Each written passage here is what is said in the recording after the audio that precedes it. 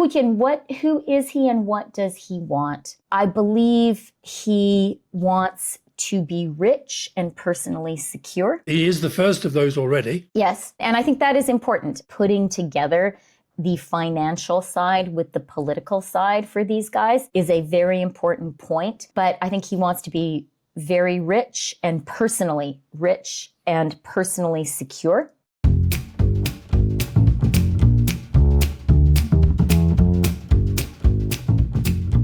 Welcome to The Rest is Politics Leading with me, Rory Stewart.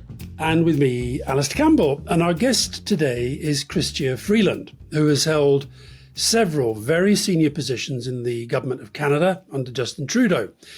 She was Minister for International Trade and therefore got a very good view of the workings of a first-term Trump administration when negotiating a trade deal that he once loved and now apparently he hates.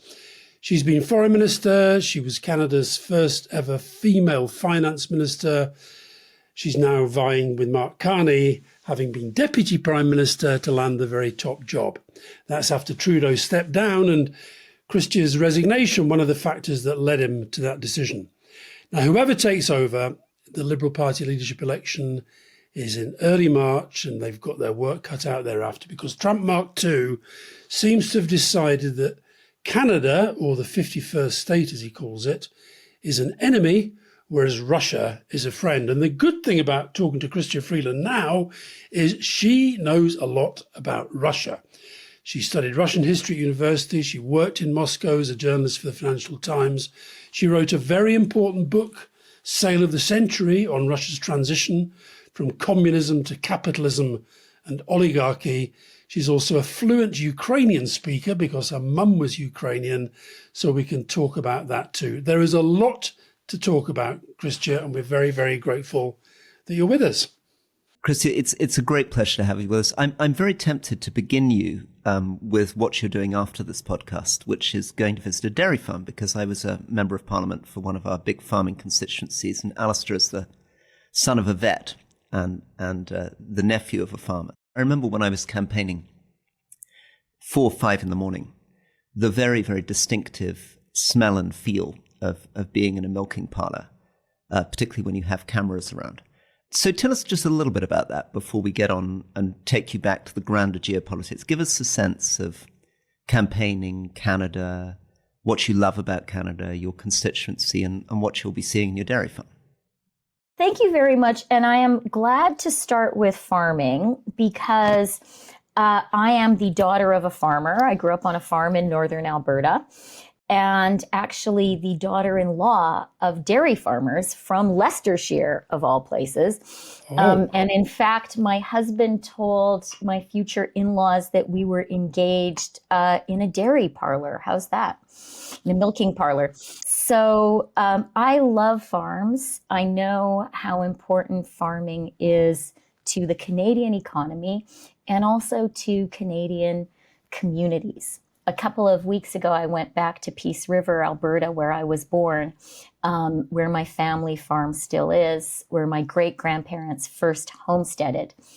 And we still have a 6,000-acre farm there.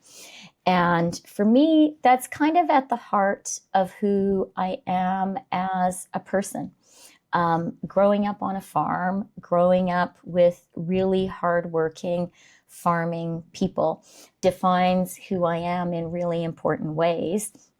And I am really looking forward to, I will not be wearing what I'm wearing right now, and going to a dairy farm in Quebec as soon as we're done talking. Just to interrupt Chrystia for a second. So for those of you who are listening rather than watching, Chrystia at the moment is wearing a very smart top and pearls. And one imagines that when she's in the dairy farm, she will be slightly more protected from some of the occupational hazards of being in a milking parlour. Over to Alastair. So, Chrystia, can I take you back to your parents, and in particular your mum, a Ukrainian, and your parents split up when you were fairly young. You then spent a lot of time with your grandparents on her side, also Ukrainian. You speak Ukrainian. You've worked in Ukraine. And I wonder what it's like being involved in the campaign you're involved in now, whilst at the same time there's this huge event going on in a different part of the world to which you must feel very, very connected. So just give us a feeling of how important Ukraine is to you and how that shapes your approach to politics and life.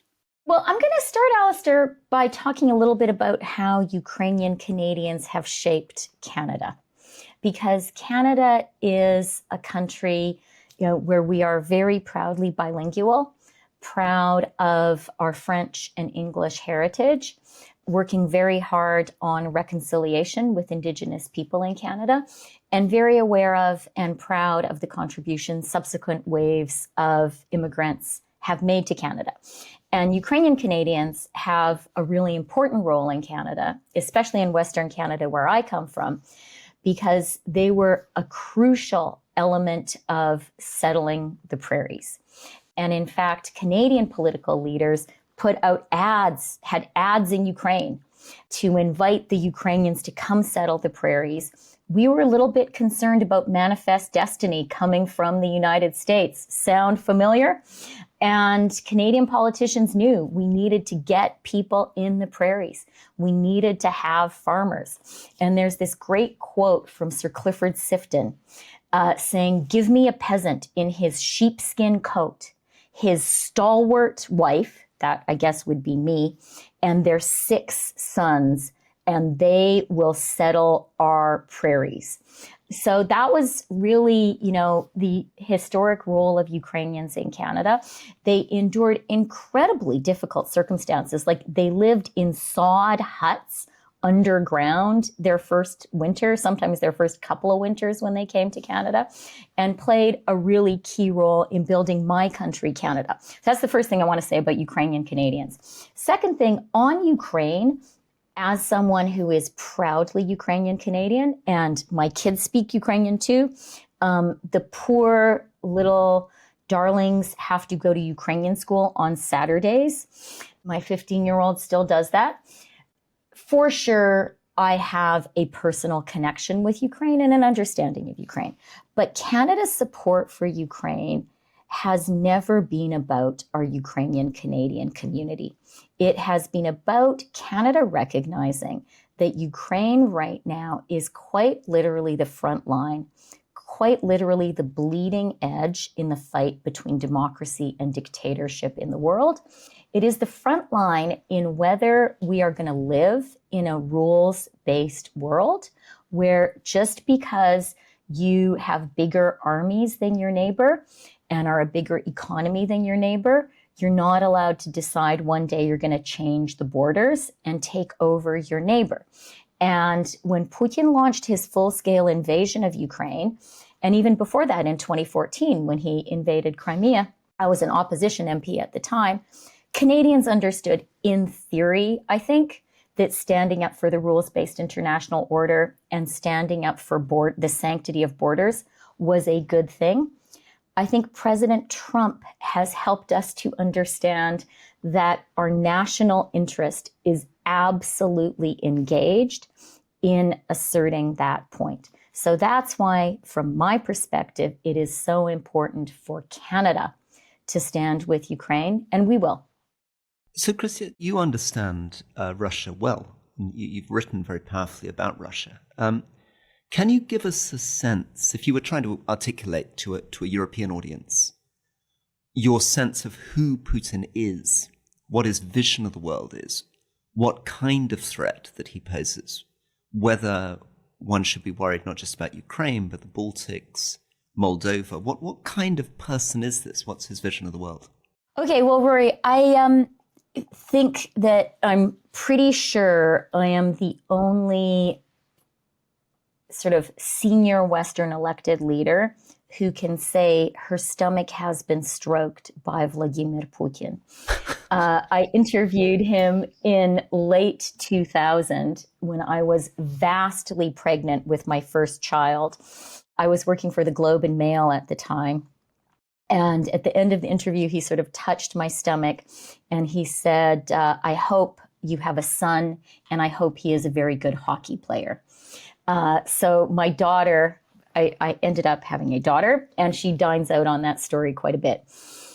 Putin, who is he and what does he want? I believe he wants to be rich and personally secure. He is the first of those already. Yes. And I think that is important. I mean, I think Anne Applebaum and Autocrats Inc. and sort of putting together the financial side with the political side for these guys is a very important point. And we sometimes miss it because they don't portray themselves that way. But I think he wants to be very rich and personally secure.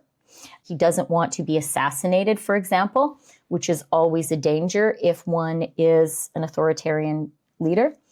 I do believe he has an imperialist vision of Russia and wants Russia to be great and bigger. I do believe he has absolute scorn for the whole notion of democracy. Like, I don't think he really thinks it's a real thing. I think he thinks that we're faking it when we talk about democracy. I think he has a lot of scorn for the notion of international rules.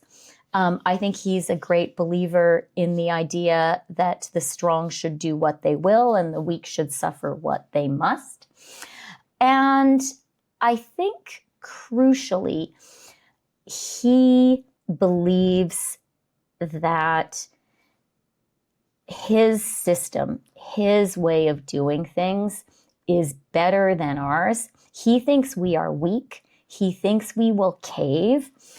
He thinks the whole idea of being collaborative, allies working with each other, leaders actually getting elected by people, all that stuff, I think he thinks is just a tremendous weakness and fakery and doesn't work. And then maybe the final thing I'll say, because I think this is important to understand where Putin comes from. So I lived in Russia in the 90s, right? I lived in the Soviet Union. I sort of watched the Soviet Union collapse and then what was built out of it, the rise of Russian democracy. For a minute, we thought that would happen. And then what followed, the rise of the oligarchs and what followed. And one of the things that happened then that I don't think is fully appreciated outside Russia is the security forces, the group of people known in the Soviet Union as the power ministries, KGB, interior police, military. These had been the most important people alongside the Communist Party hierarchy in the Soviet Union. They mattered. People were scared when they walked into a room. And then the Soviet Union collapses. All of a sudden, they don't matter. And this whole new group of people emerges who no one had ever heard of, the oligarchs, people who had PhDs in physics and stuff and had been kind of at the edges of things. And the best job you could get in the peak Yeltsin era, if you were like a KGB general, the job of your dreams was to be the head of security for an oligarch. And that paid well and stuff, but still this jumped up guy who had no power, no role in the Soviet hierarchy, suddenly is your boss with like 1,000 times more money than you. And one of the mottos of these power ministries, the people from these security forces in sort of the late Yeltsin era was, am I allowed to swear on your podcast? Please. Mm-hmm. We do it all the time. So one of their mottos was, it's our fucking turn. And the idea was that in the collapse of the Soviet Union, the interest group that had been left out was the KGB and the power ministries, and this was unacceptable. And so I think there is also in Putin that sort of, certainly at the outset, that sort of deep sense that power had gone to the wrong place and that he and the power ministries, starting with the KGB, were going to take power back from these jumped up business guys, some of whom weren't even ethnically Russian. Okay. If we played back the last few minutes of what you said and removed the name Putin, and you talked about he wants to be very rich, he wants to be very secure, he doesn't want to be assassinated, he doesn't really believe in democracy, he thinks that the rich and the powerful should basically be able to do what they want. he doesn't really enjoy the fuss of having to get elected, and he thinks the security forces should just be there for him. It starts to play into your mind why Donald Trump has this kind of fascination and admiration for Vladimir Putin. And given what we've seen recently with Trump's seeming shift of American policy with regard to Ukraine, are we not seeing a kind of mirror developing here that we should be very, very worried about? Yeah, we should be very, very worried, Alastair. I think that this is not the beginning. This is not the first warning. I think we had a lot of signals, between 2016 and 2020. There were a lot of signs, I think, that a Trump administration was not interested in being the cornerstone of the rules-based international order in a way that the United States has been since the Second World War. And I actually, as foreign minister, gave a couple of speeches about that, one in the House of Commons, one in Washington, when I got an award. I think we need to take it very seriously. I do think, we, the Western allies who are not Americans, need to acknowledge that Americans have a right to choose. This has been a heavy mantle that America has borne since the Second World War. As someone who is America's neighbor and has a great admiration for many Americans and for so much America has accomplished, I kind of think that being the leader of the free world has worked out pretty well for the United States, but it's their choice, not ours. And if as a country they choose to no longer carry that mantle, then that's their right. I think we need to spend time talking with Americans and explaining to them why we think maybe it's not a good idea and the consequences.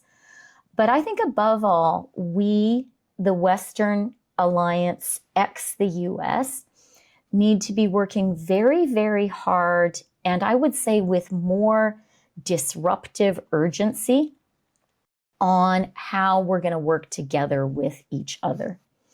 And that is, absolutely critical. There's a lot of us, and we have a lot of strength and power too. You mentioned I was trade minister. I negotiated a trade deal for Canada with Europe. It's called CETA. It's actually our best and closest trade, our strongest trade agreement in the world. It's actually a closer relationship economically than the one we have in North America. Canada is very glad to be a NATO ally. Canada actually today leads an enhanced forward presence battle group in Latvia. So Canadian soldiers are right there today on the front lines. Canadians have been training Ukrainians since 2015 in Ukraine, so before the full-scale invasion. And I really think, Alastair, that the principal challenge for Western leaders ex the US right now is to understand and then to work with each other to build security and economic partnerships amongst ourselves in a world where perhaps, and I don't think the die is fully cast, but where perhaps the US is deciding to take off that mantle. And, you guys talked about at the beginning, I am talking to you from a hotel room in Sherbrooke, Quebec. I'm about to talk to some dairy farmers. And by the way, they're very engaged in these issues. I saw them at an event last night, and all they wanted to talk about was geopolitics, a little bit about milk, but mostly geopolitics. Canadians are totally focused on this. And I'm running to be prime minister because I have been thinking about this clash between democracy and dictatorship, how the hollowed out middle class in Western democracies facilitates that. And I know how to fight for Canada and to stand for Canada. You guys are European, so I'm going to say to you, I know how to build a partnership with you and across the channel. And that is what we have to urgently do. And we have to do it faster than we've done in the past. There are some disruptors out there. They are not scared of moving quickly. And we need to kind of throw away the textbooks and get used to working really, really fast. The new world is being built right now. Chrystia, just to sort of get into this, I mean, one of the things that's happening at the moment is that it feels as though people are not really sticking together. So when Trump announced these astonishing tariffs against Canada, you didn't suddenly see Denmark jumping to Canada's aid.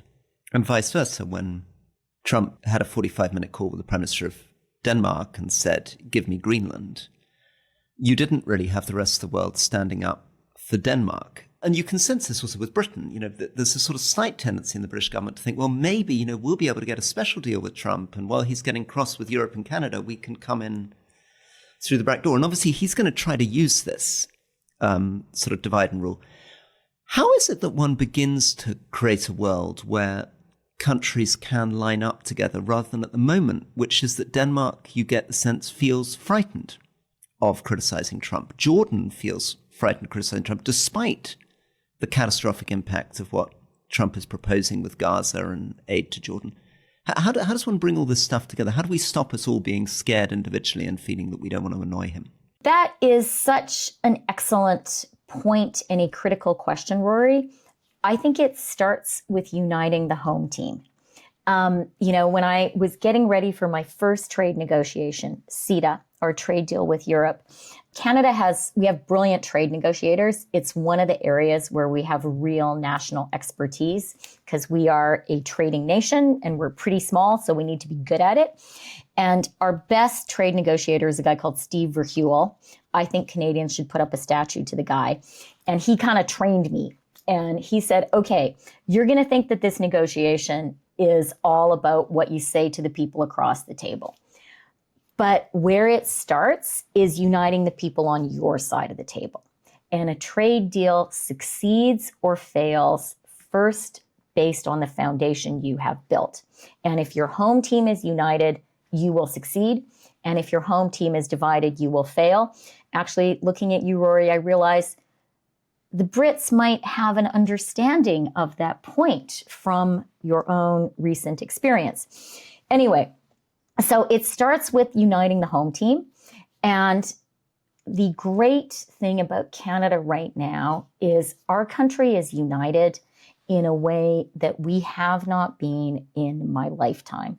There is a wave of patriotism in Canada across the whole country right now that is beautiful. Canadians have recognized that it is not only economic warfare we're facing.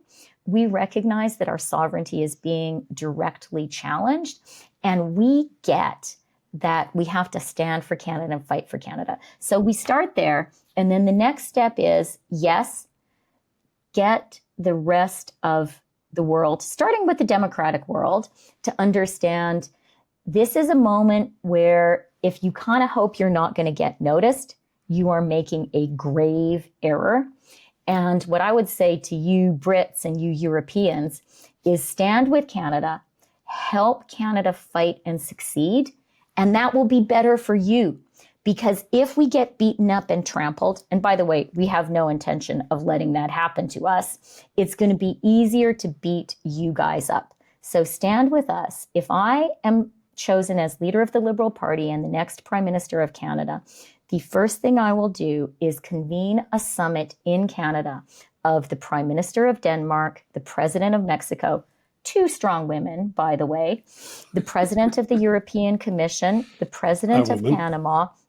I'm going to invite Mark Rutte, the Secretary General of NATO, and maybe I'll invite Zelensky.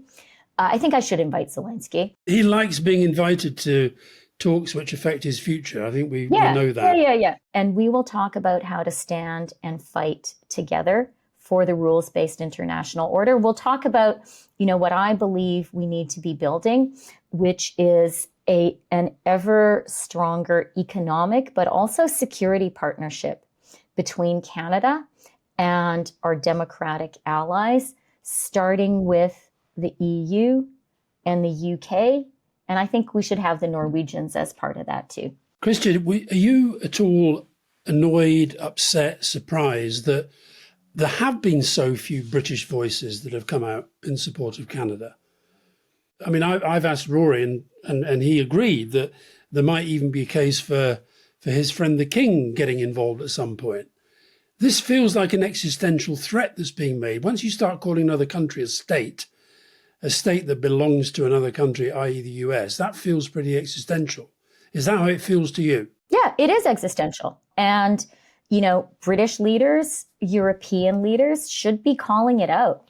And you guys should be saying, no way. And by the way, we are your military allies.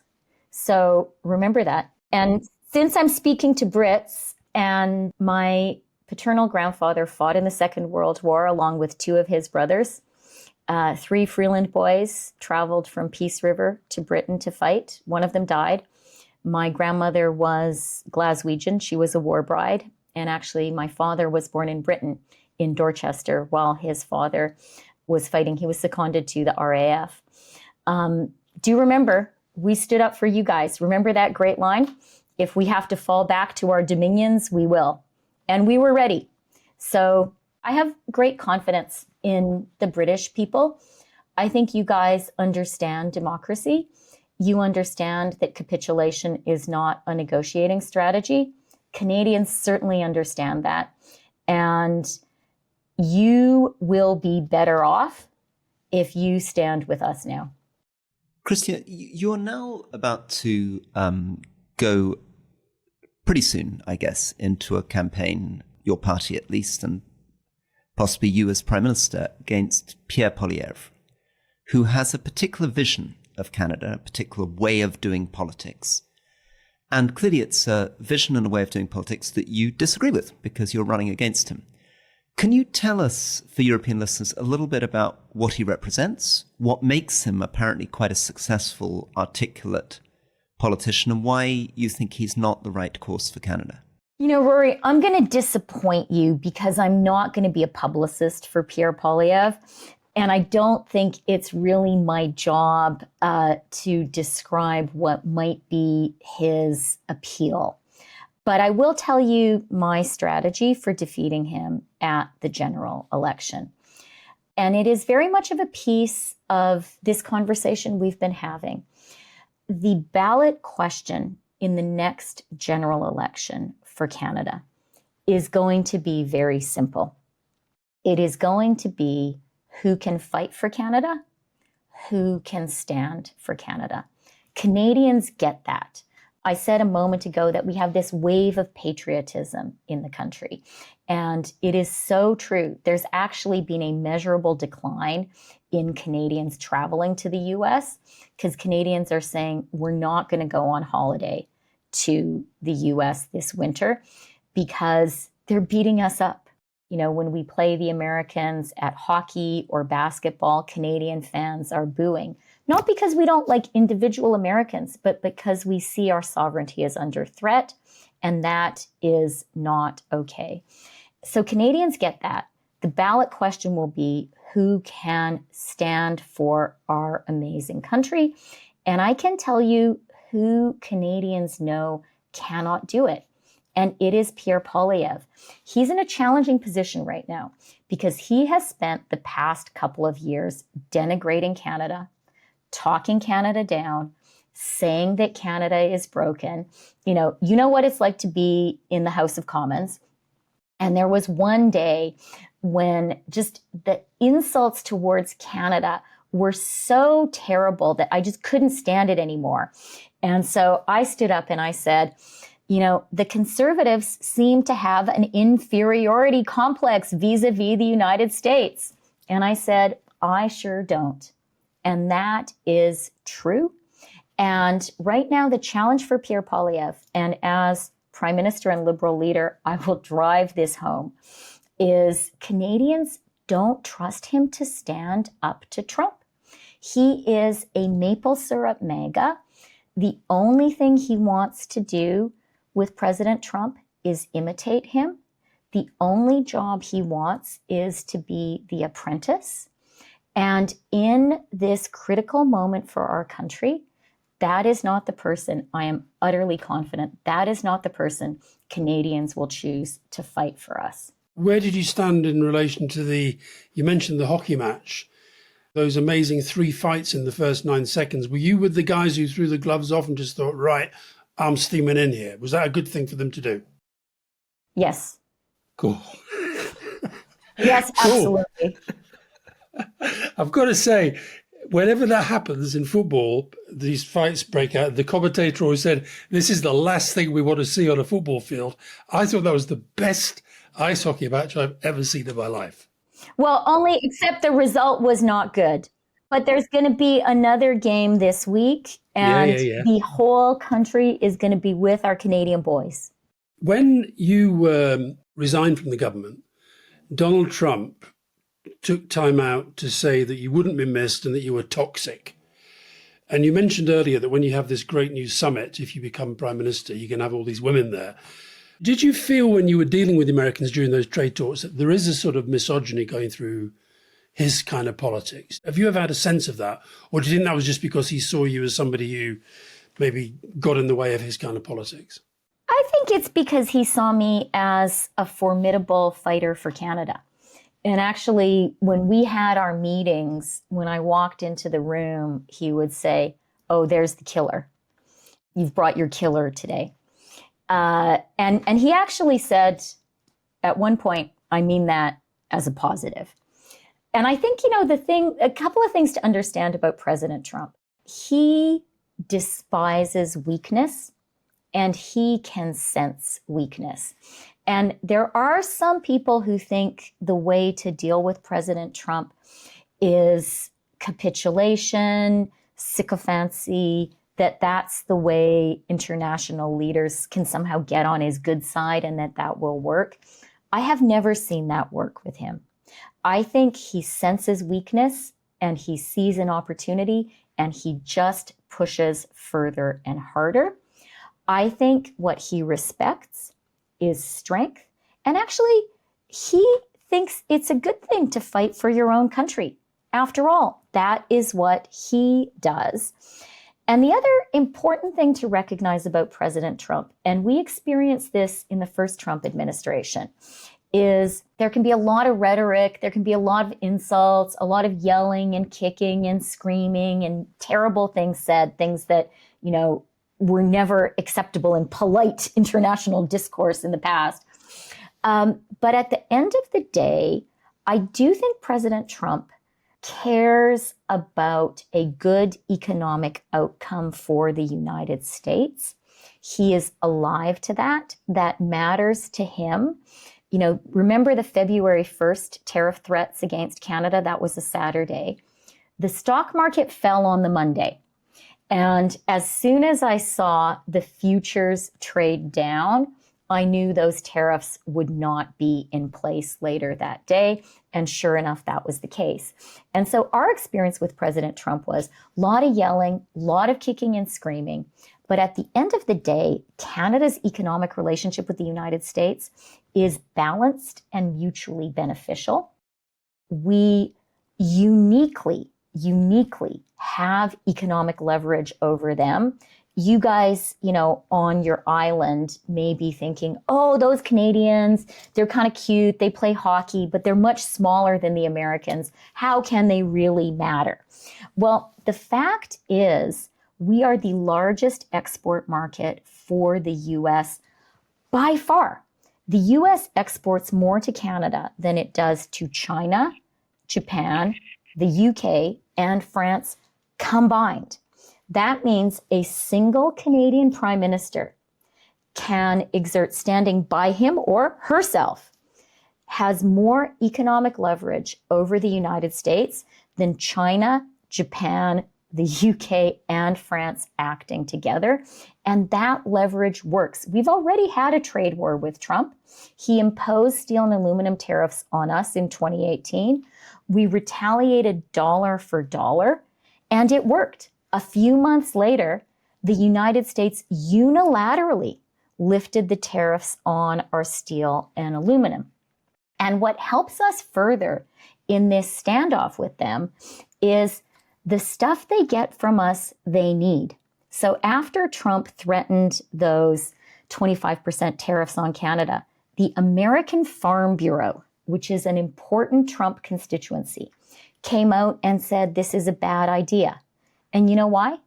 Because more than 80% of the potash that American farmers use, crucial fertilizer, without it, American farms cannot function.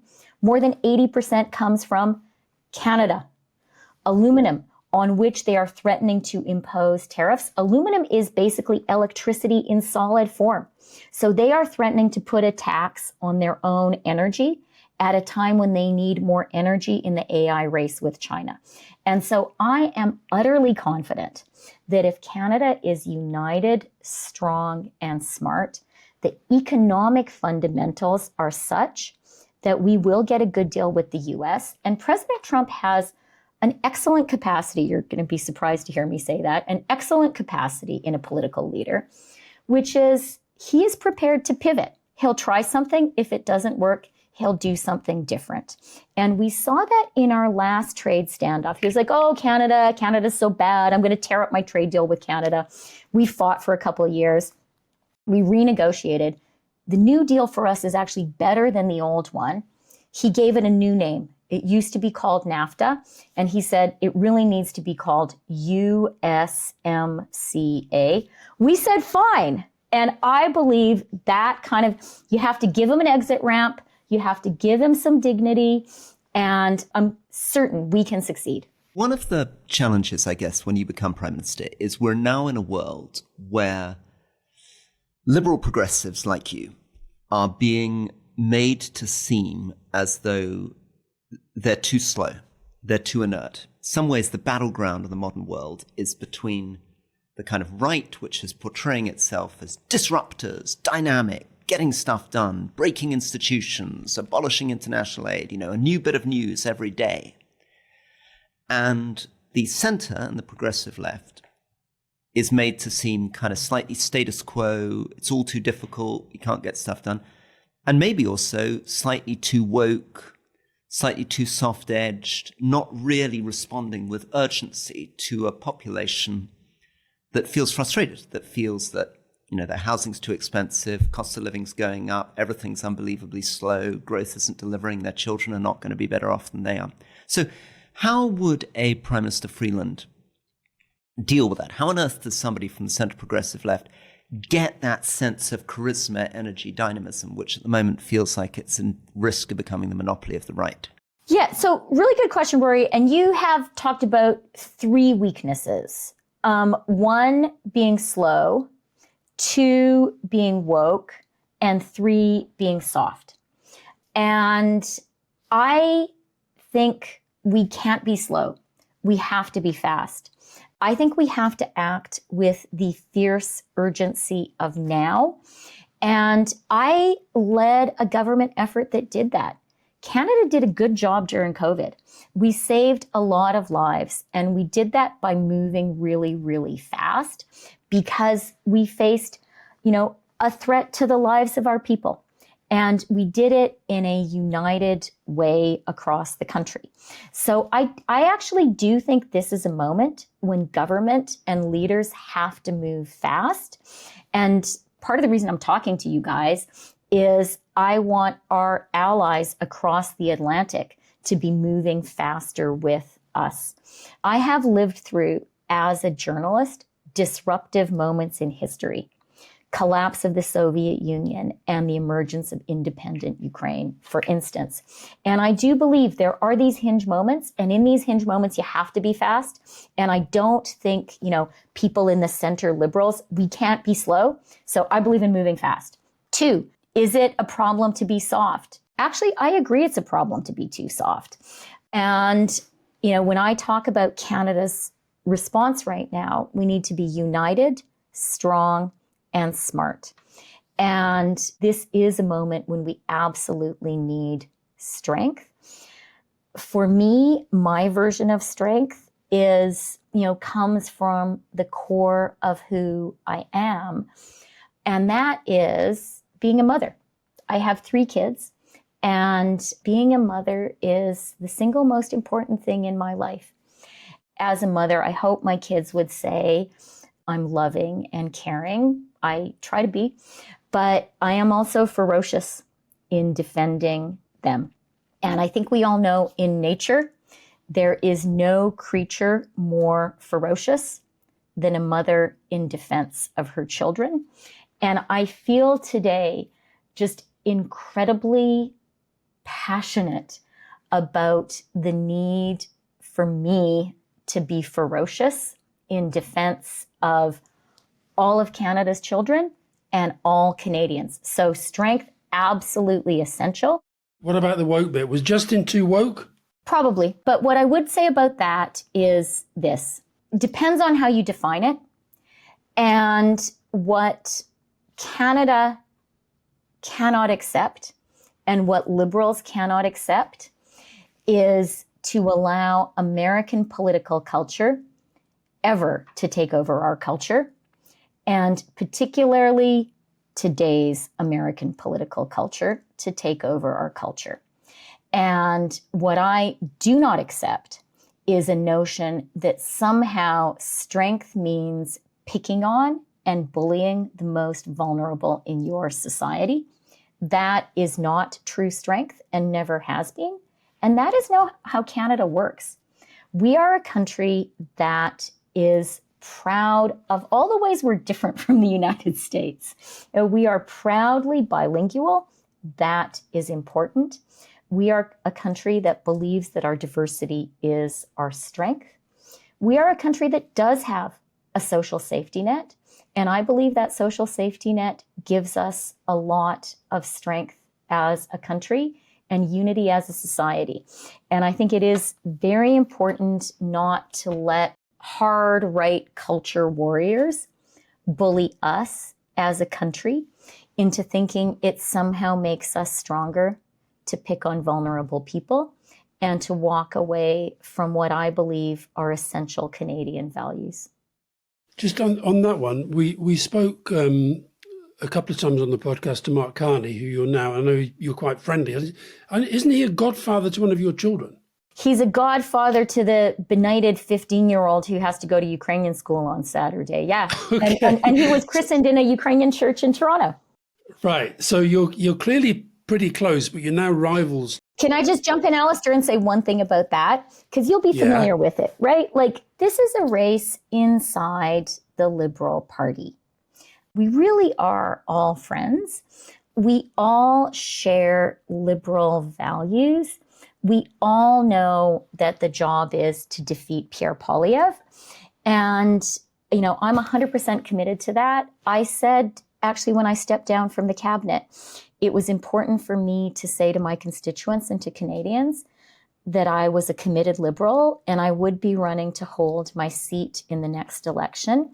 And that's a commitment that I made at the beginning of the leadership, whatever the outcome. And look, I'm in it to win it, and I intend to win. And I think I am the woman to lead Canada in this critical moment.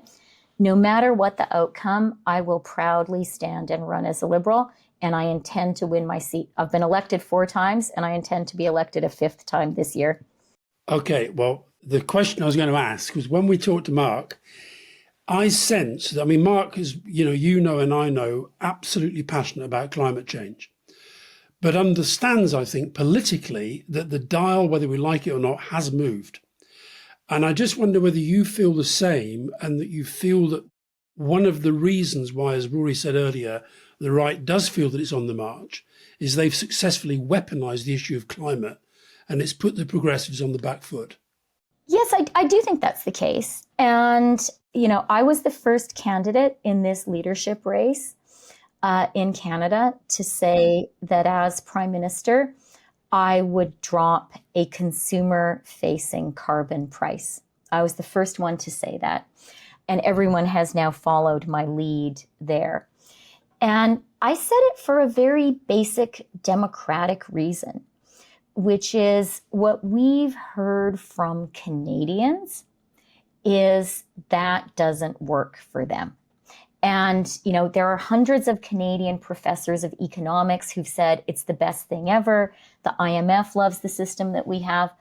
But real Canadian voters have said we don't like it. And I think one of the fundamental jobs of political leadership, yes, you lead, you have your values, you have your convictions. You also have to figure out how to listen. And you have to recognize that you are not the only smart person in your country. And you have to recognize that, Canadian citizens, they actually understand their own self-interest.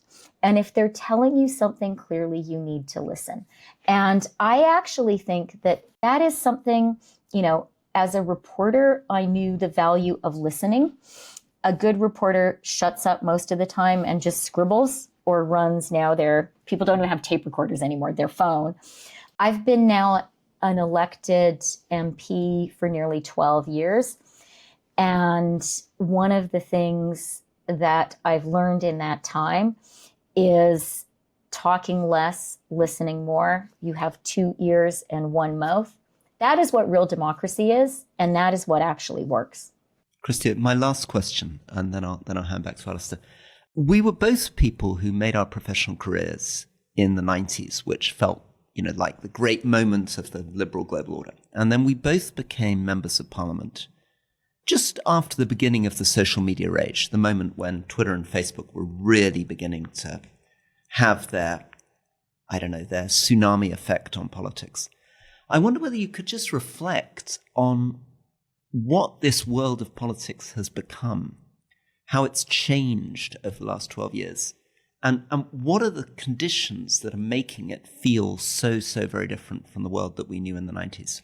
Look, clearly media and how it works and how we get our message to people has changed a lot in the past 10 years and is very different today from where it was in the 1990s. But I think it's important, Rory, for politicians like me not to spend a lot of time hand-wringing and whining and complaining. We are hardly the first generation who has experienced a change in media and forms of communication, right? Going from the spoken word to the written word was a big thing. Going to having printing presses was a big thing. Some time ago, Chrystia, that particular change was... No, but you know what I mean? Like this stuff happens all the time. And the job of political leadership is to find ways to communicate with people. And communicate meaning like not just telling them stuff, but finding ways to listen to what people have to say. What I would say from a very Canadian perspective about what you've said, and our position is quite unique. I believe today that part of fighting for Canada today, standing for Canada, defending our economy, defending our sovereignty, includes a sophisticated defense of our cultural sovereignty. We exist in a US media space. Our platforms are owned by the country whose president is challenging our sovereignty. That is something we have to be mindful of.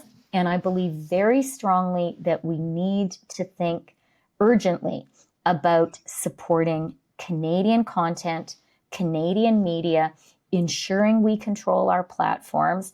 In this regard, I am so glad we are a bilingual country, and I am so grateful pour le français, because that is a real moat and an area of real Canadian cultural strength. And that's a very Canadian aspect of this, but it's very important. My last question, Chrystia, is this. Given we had an experience in our country, which you alluded to, I think, earlier, where 2 journalists, Mr. Johnson and Mr. Gove, were responsible for what I consider to be one of the most catastrophic acts that has ever befallen our country, namely Brexit. Do you think journalists make good politicians?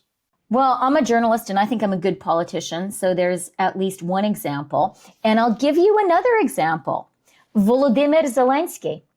He is not a journalist, but he certainly is a media master. Something a lot of people don't know about him is up until 2014, he was actually a Russian movie star. He appeared only in Russian. Russian is his first language, and his principal market was Russia. And he made a decision in 2014 when Russia invaded his country to be Ukrainian. I think we have seen that his media skills have been an essential weapon which he has deployed in defense of his country. And mine, such as they are, I intend to deploy for Canada. And the final thing I will say, though, Alastair, is for me, the part of my journalism that I feel equips me the most for this critical moment for Canada is having lived first in the Soviet Union and then in the post-Soviet Union, in Ukraine and in Russia, and having seen the collapse of the Soviet Union, the rise of national democracy, the way democracy became oligarchy. You alluded to this at the beginning. Those sort of disruptive moments that I saw, democracy versus dictatorship, oligarchs versus middle-class people, and seeing how quickly things can change and how, as Rory pointed out, in these moments, you have to be fast. You have to seize the initiative. And also seeing how the courage of regular people can win. That's what we saw in Ukraine in 1991. That's what we're seeing in Ukraine today. Those experiences, I do believe, uniquely equip me to lead Canada and to fight for Canada in this existential moment. That's why I'm running to be PM. And I think the cows and the dairy farmers will have some thoughts too. And I do want to tell you, you're laughing, but I did an event here last night with the father of the farmers who I'm going to visit today. And the only thing he wanted to talk about is Canada's national sovereignty and how we have to stand up to Trump. And he said to me, why aren't the Europeans standing with us? So this is an issue which is not just discussed on podcasts with fancy British people. This is an issue which is discussed in the milking parlors of Sherbrooke, Quebec. And I am so proud of Canadians. We are the best educated people in the OECD. Canadians get it. And I know they're going to choose a leader who's going to stand for Canada and fight for Canada. I hope Liberals choose me as the next Liberal leader and the next Prime Minister. And I know that we Liberals are going to beat Pierre Poilievre in the general election. Well, you've got two Europeans here who are, whether we're fancy Brits or not, we're kind of with you on that one. And all I can say, we've talked to both you and Mark now, and I've got to say, the Liberals have got a pretty strong choice there. So we wish you all the best, both of you, and we certainly wish you well once you get to the election campaign. Thank you so much, Chrystia. Thank you for giving us your time, and we should let you get back to your dairy farmers. But thanks. Get your wellies on. Bye.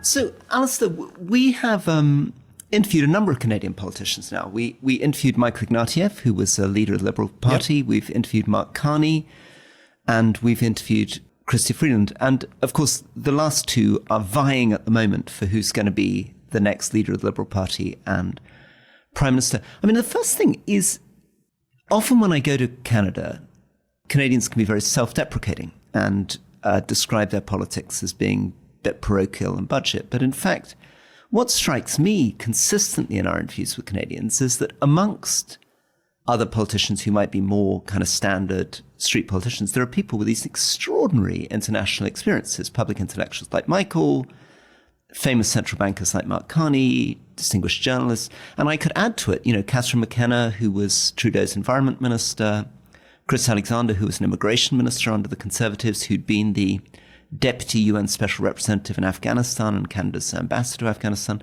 There is a sort of sense of some really impressive worldly international thinkers operating at the top level of Canadian politics, and I guess she's one of them.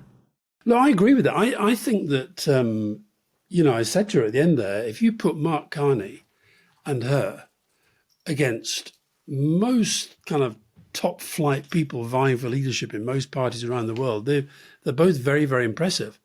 What I liked about her, very different. You mentioned the Danes and the way that they seem a little bit cautious. I mean, she is giving Trump no quarter. I mean, she's absolutely out there. And I love the way, sort of, how did she feel about the Canadian ice hockey players? Were they right to take the gloves off and start laying into the Americans? Yes, sort of end of story. I did think her understanding and her assessment of Russia and that direct experience and how she was making that relevant, I found very, very interesting. Alastair, another thing that I noticed, but you maybe noticed even more than me, is the extraordinary message discipline. I mean, she really has worked out her narrative and her story. So just to sort of step back and be a little bit unkind, but take the curtains back on politics. When you're running to be leader, of course, what you're doing is you're working a great deal with your own advisors and your own media advisors on how you portray yourself. So you will be asked to think about what your backstory is. You know, what is it in your personal life that makes you equipped? So in her case, she talks about her time in Ukraine and Russia. She talks about the farming heritage of her family. And she talks about being a mother and the kind of strength that comes from being a mother. But she does it very smoothly. It doesn't feel laboured. There's quite a lot of sense of humour. Right at the beginning of just before we went on air, we were chatting. She's quite light-hearted, humorous, but equally she knows how to land a message. It's not wooden. It's not like some British politicians where you sense they're reading a script. But it's also very, very calculated and very professional. Those are not accidental things she's landing on: farming, motherhood, and Russia. No.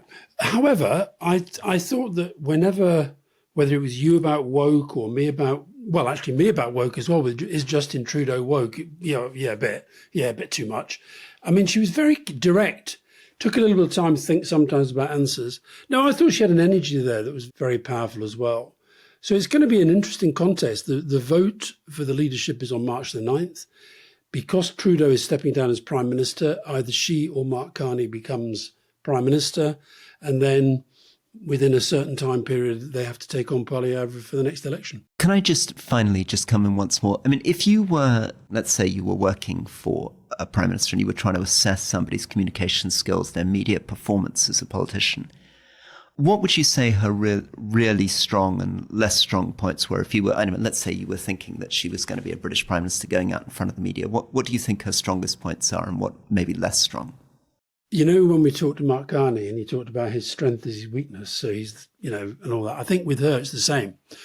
I think her strength is her seeming naturalness and authenticity and straight talking and kind of being a mum, being a kind of human being. That's the strength in the communication. I think that the weakness, it's interesting when she said, we've got two ears but one mouth. There's quite a few times when, I don't know if she could see you, but I could see you were trying to get in or I was trying to get in. When she's on a roll, she's on a roll. And sometimes I think you just, that maybe just sharpen the message a little bit. But listen, I think both she and Mark are in different ways, very different ways, but they're both very, very, very effective communicators. Look, I don't want to do too much inside baseball, but the other thing I noticed is that she had obviously made the decision that she didn't want to focus too much on Pierre Poilievre. If I was in that situation running, I would have some very, very clear definition of what's wrong with the Conservatives, what's wrong with their economic vision, why they're bad for Canada, why his style of politics is damaging. She, for some reason, didn't want to be dragged down that path. Why do you think it is she's calculated that she doesn't want to get into a big ideological conflict about Poilievre's policies? I think both of them have decided that the best way to portray Poilievre, and just keep saying it, is that he's this mini Trump, he's this wannabe Trump. And Poilievre could probably point to all sorts of policy areas where he said, well, no, Trump wouldn't do that. So I think it's partly about using your own space to project yourself. I also think it's to both of their credit that they, at no occasion did they take even side swipes at each other, Mark and Chrystia. Very interesting. I think if when you were running against Boris Johnson and all that lot, side swipes left, right and centre, there were none. And I think maybe that's also part of the thing. She said the thing, we don't want to absorb American political culture, especially the culture as it exists right now. So she's basically saying, Poilievre represents that culture. We don't want it. I'm not going to play that game. I thought that was quite smart. Well, I was very encouraged. I mean, encouraged about democracy, encouraged about Canada, encouraged about international response to Trump. So, yeah, I mean, obviously we're a little party pre here. I guess we'd probably be Canadian Liberals, although we'd love to have Pierre Poilievre on the show whenever he wants to come on. We've said it many times. Where the hell are you, Pierre? Come on. And I was going to say, Rory, one small thing, both of them, both Mark and Chrystia, in the small talk around the podcast, saying how significant our books were to them. Again, as I say, very, very fine sense of skilled politicians flatter the interviewers for their literary skills. Right. Thank you, Alastair. That was terrific. Have a great day. See you soon. Bye-bye. Take care. Bye.